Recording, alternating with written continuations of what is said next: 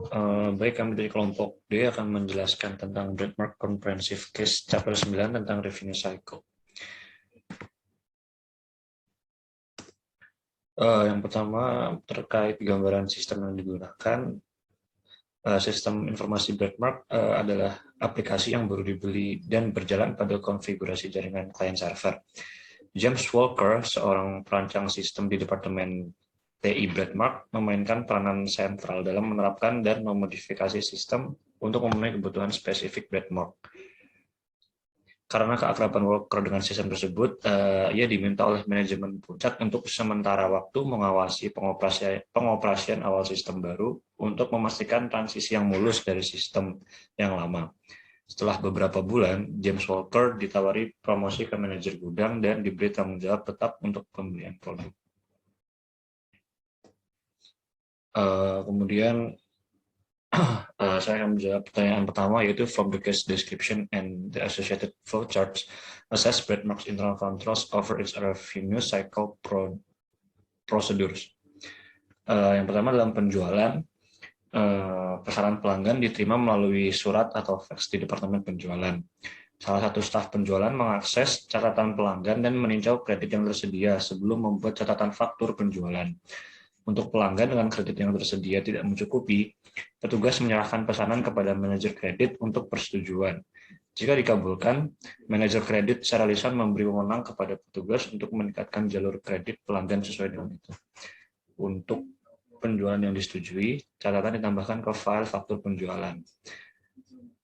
Nah, kemudian sistem secara otomatis akan memberikan nomor faktur yang merupakan kunci utama untuk catatan. Petugas dapat memasukkan sisa data pesanan secara manual.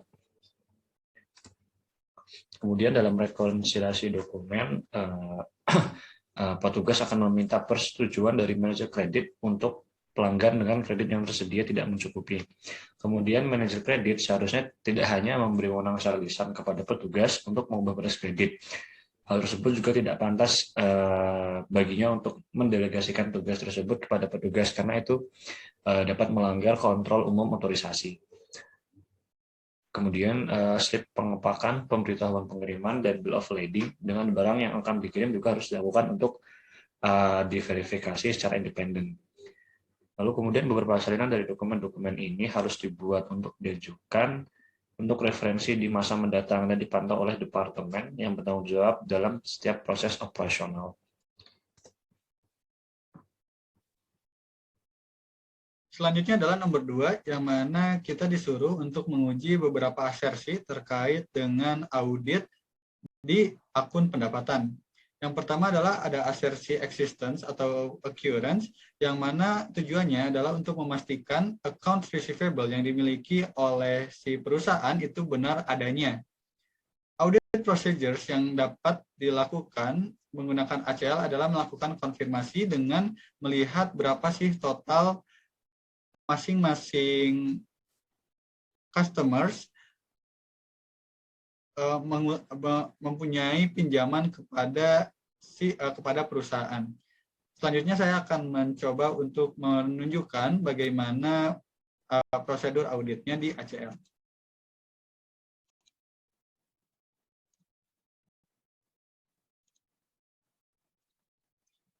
Dengan menggunakan Classify, kita dapat menentukan mana saja customers yang butuh konfirmasi dilihat dari jumlah persentase pinjamannya terhadap total penjualan. Yang mana di sini, customer nomor 65003 mempunyai percent of yield yang paling besar, yaitu 19,64% dari total penjualan secara keseluruhan. Dan penjualannya pun sangat besar, yaitu 1 juta lebih. Seperti itu. Selanjutnya adalah asersi completeness, yang mana tujuannya adalah memastikan semua AR yang terjadi sudah tercatat dalam laporan keuangan. Prosedur ACL-nya adalah melihat transaksi yang tidak biasa terjadi dengan melihat konsumen yang baru. Ini dapat dilihat dari Classify. Selanjutnya saya akan mencoba untuk menunjukkan prosedur di ACL-nya. Nah, dari hasil Classify ini kita bisa melihat beberapa customer yang mempunyai transaksi berulang. Dan kita bisa mencurigai customer-customer yang hanya baru 1 kali menjadi customer. Seperti itu. Selanjutnya adalah assertive valuation or allocation, yang mana tujuannya adalah untuk memastikan valuation dari account receivable itu sudah sesuai dengan keadaan yang ada. Cara audit prosedur yang dapat dilakukan di ACL adalah melakukan aging untuk melihat apakah ada AR yang memang sudah berumur panjang, dan dari situ kita bisa menentukan apakah ini perlu dijadikan bad debt expense.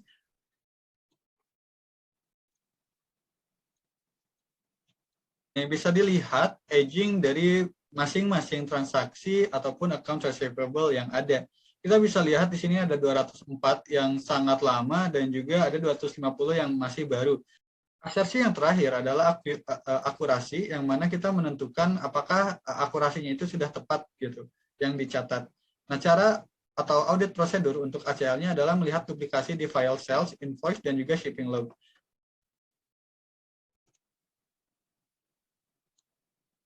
Dari sini kita bisa melihat bahwa tidak ada duplikasi terkait dengan invoice number, karena jika ada duplikasi maka account receivable berjumlah tidak sesuai dengan kenyataannya. Baik, untuk soal yang nomor 3, yaitu kita mengaplikasikannya dengan menggunakan ACL. Nah, untuk pengujian asersi yang pertama yaitu existence or occurrence. Di sini kita bisa mengetek account receivable yang dimiliki oleh BreadSmart ini dengan cara analyze, kemudian classify, kemudian kita klik module. Oke, maka akan muncul data-data account receivable yang dimiliki oleh BreadSmart, kemudian jumlah transaksinya berapa dan presentasinya berapa. Untuk asersi yang kedua yaitu valuation and allocation. Di sini kita melihat terlebih dahulu apakah ada data yang terduplikasi. Dengan cara analyze, kemudian kita klik look for duplicate. Kemudian untuk duplicate on, kita pilih yang invoice number. Kemudian untuk list field, kita cut all. Kemudian kita klik OK. Nah, ternyata data yang terduplikasi itu ada 0. Nah, langkah selanjutnya yaitu untuk menemukan outstanding account receivable-nya, kita pilih yang menu filter. Kemudian kita masukkan rumusnya. Setelah itu kita verify. Setelah valid, kita klik OK.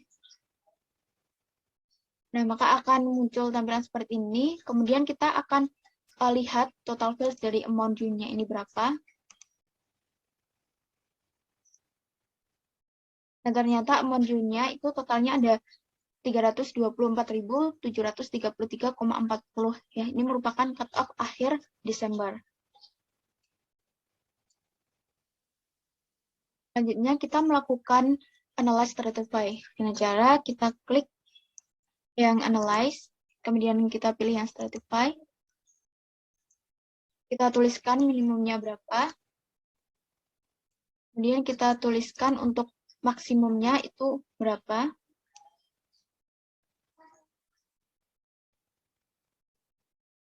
Setelah itu kita klik OK. Nah, nanti akan muncul data-datanya seperti ini. Nah, selanjutnya kita melakukan classify sales invoice-nya, yaitu dengan cara analyze, kemudian classify. Kemudian kita klik yang amount due.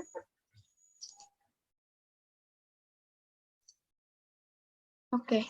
Nah, di sini kita melakukan classify ini untuk menemukan jumlah setiap invoice dan apakah invoice tersebut sudah terdaftar atau belum.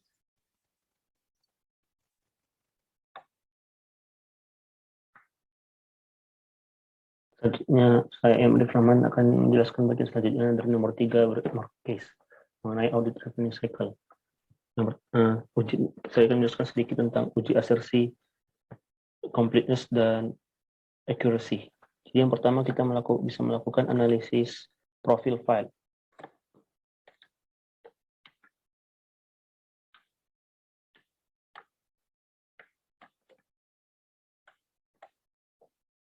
Jadi di sini ada 4 informasi penting yang ditampilkan. Yang pertama total value, absolute value, minimum, dan maksimum. Selanjutnya kita akan melakukan analisis total field.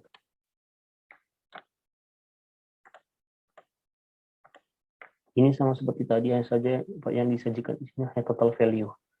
Selanjutnya kita akan melakukan analisis count records. Jadi di sini ada 700 record. Selanjutnya kita akan melakukan analisis stratify. Jadi pada stratify ini kita bisa menentukan nilai minimum dan nilai maksimum yang kita inginkan. Jadi kita bisa memilih stratify dan subtotal field-nya.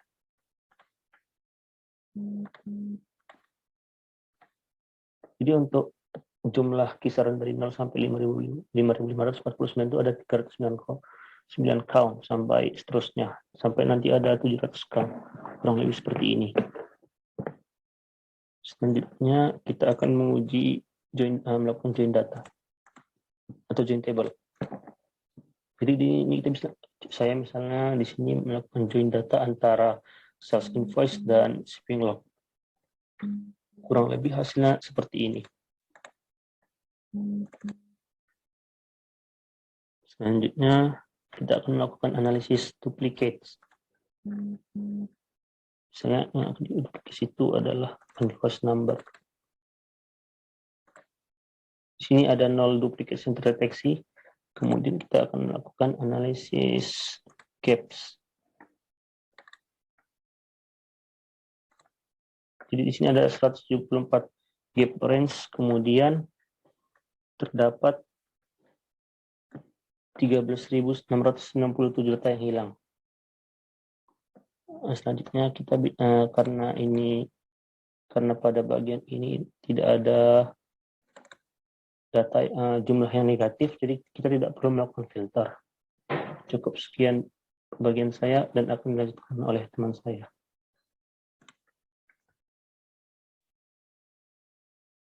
Terakhir pada bagian nomor 4 yaitu terkait indikasi adanya error.